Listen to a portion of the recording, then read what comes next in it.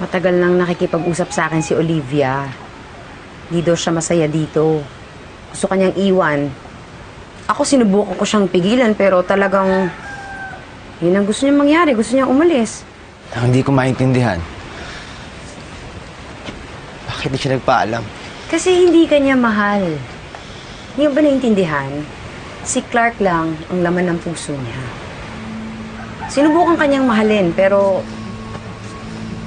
di talaga ganun yun, Andrew eh. Ipagpalagay nating tama ka. Bakit niya iwan yung batang to? Mahal na to. Ewan ko. Yun, hindi ko maintindihan. Siguro dahil mahihirapan siyang umalis kapag may bitbit siyang bata. Siyempre, mahirap yun, di ba? Tsaka hindi ko alam kung anong dahilan niya. Basta, hindi kanya mahal.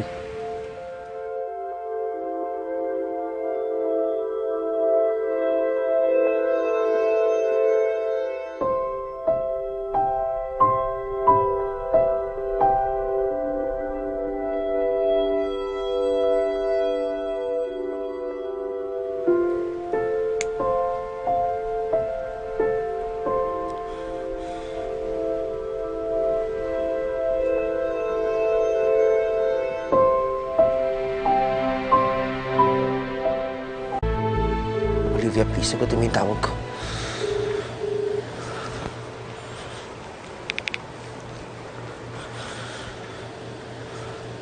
Hindi na yan sasagot si Olivia. Iniwan ka na niya. Hindi ka niya mahal. Gaano ba kahirap intindihin yun? Matatanggap ko pa kung talagang hindi niya ako kayang mahalin.